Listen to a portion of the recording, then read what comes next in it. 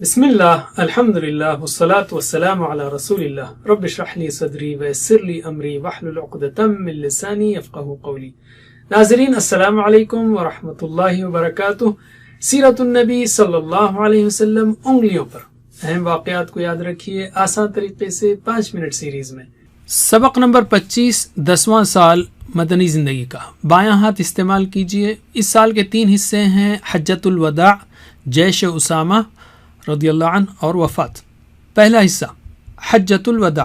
ہجرت کے 10ویں سال رسول اللہ صلی اللہ علیہ وسلم نے حج فرمایا، اس کو حجۃ الوداع کہتے ہیں۔ ایک وہ وقت تھا کہ مکے میں آپ کو اور آپ کے ماننے والوں کو سخت تکلیفیں دی جاتی تھیں، اور آج اسی مکے کی زمین پر آپ کے ساتھ 1,24,000 صحابہ تھے۔ اس سفر حج میں آپ نے متعدد خطبے دیے۔ عرفے کے میدان میں آپ نے ایک تاریخی اور جامع خطبہ دیا۔ آپ نے اپنے خطبات میں جن باتوں پر گفتگو فرمائی ان میں سے چند یہ ہیں: توحید، مساوات، انسان کی جان و مال اور آبرو کی حفاظت اور انسانی حقوق کی اہمیت، خواتین کے حقوق، سود کا خاتمہ، قرآن و حدیث پر عمل کرنے اور خاص کر ارکان اسلام پر عمل کرنے کی اہمیت، دعوت دین کی ذمہ داری کو نبھانے اور دین کی تبلیغ کرتے رہنے کی خصوصی تاکید۔ اسباق و عمل۔ حجۃ الوداع کے خطبات اسلامی تعلیمات کا نچوڑ ہیں، ان کو غور سے پڑھیے اور ان پر عمل کیجیے۔ رسول اللہ صلی اللہ علیہ وسلم نے 23 سالہ مدت میں سخت تکلیفیں برداشت کر کے دین اسلام کو پہنچایا، اور آخری وقت میں اس پر عمل کرنے اور اس کو دوسروں تک پہنچانے کی خاص تاکید کی۔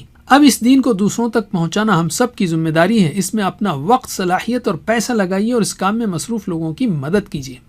علم یعنی روکیے ویڈیو کو اور پڑھائیے ایک دوسرے کو۔ دوسرا حصہ جیش اسامہ رضی اللہ عنہ۔ غزوہ مؤتہ اور غزوہ تبوک کے بعد بھی رومی سلطنت کا گھمنڈ ٹوٹا نہیں تھا، چنانچہ ان کے ماتحت علاقوں میں اگر کوئی اسلام قبول کر لیتا تو وہ اس کا جینا مشکل کر دیتے۔ حج سے واپسی کے بعد رسول اللہ صلی اللہ علیہ وسلم نے سفر سن 11 ہجری میں حضرت اسامہ بن زید کو ایک لشکر کا سپہ سالار بنا کر بھیجا۔ اس وقت حضرت اسامہ صرف 18 سال کے تھے۔ ان کے کم عمر ہونے کی وجہ سے کچھ لوگوں نے اعتراض کیا، لیکن رسول اللہ نے ان کی قابلیت کی بنا پر ان کی سپہ سالاری پر اطمینان کا اظہار کیا۔ بڑے بڑے صحابہ کرام حضرت اسامہ کی ماتحتی میں اس لشکر میں شامل تھے۔ لشکر مدینے سے 3 میل دور ہی تھا کہ رسول اللہ صلی اللہ علیہ وسلم کی بیماری کی خبریں آنے لگیں۔ بعد میں حضرت ابوبکر صدیق رضی اللہ عنہ کے دور خلافت میں اس لشکر کو روانہ کیا گیا۔ اسباق و عمل۔ جب کسی کو اس کی صلاحیت کی بنا پر ذمہ داری دی گئی ہو تو پھر اس کا بھرپور تعاون کریں، اپنے اندر لیڈرشپ کی مہارت پیدا کریں، اور جب کسی خیر کے کام کو شروع کیا جائے تو اسے ادھورا نہ چھوڑیں بلکہ مکمل کریں۔ علم۔ تیسرا حصہ وفات رسول اکرم صلی اللہ علیہ وسلم کی۔ ہجرت کے 11ویں سال 29 صفر پیر سے آپ کی بیماری کا سلسلہ شروع ہوا۔ ابتدا میں سردرد شروع ہوا اور پھر بخار کی حرارت کافی تیز ہو گئی۔ بیماری کی حالت ہی میں آپ نے تقریباً 11 دن نماز پڑھائی۔ آخری ایام میں حضرت ابوبکر رضی اللہ عنہ کو پڑھانے کا حکم دیا۔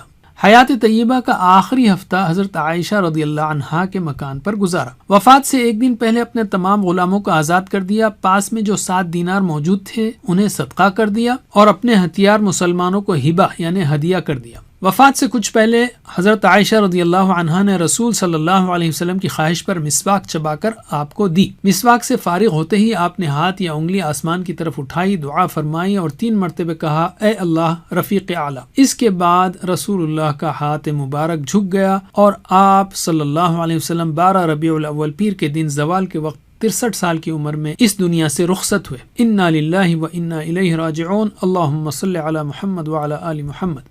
اسباق و عمل۔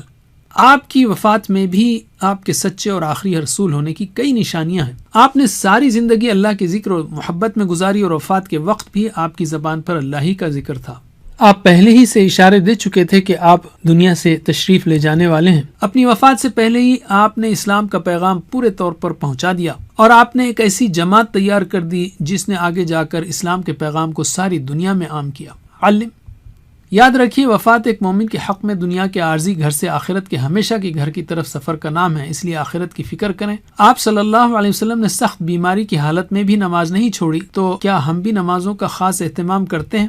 علم۔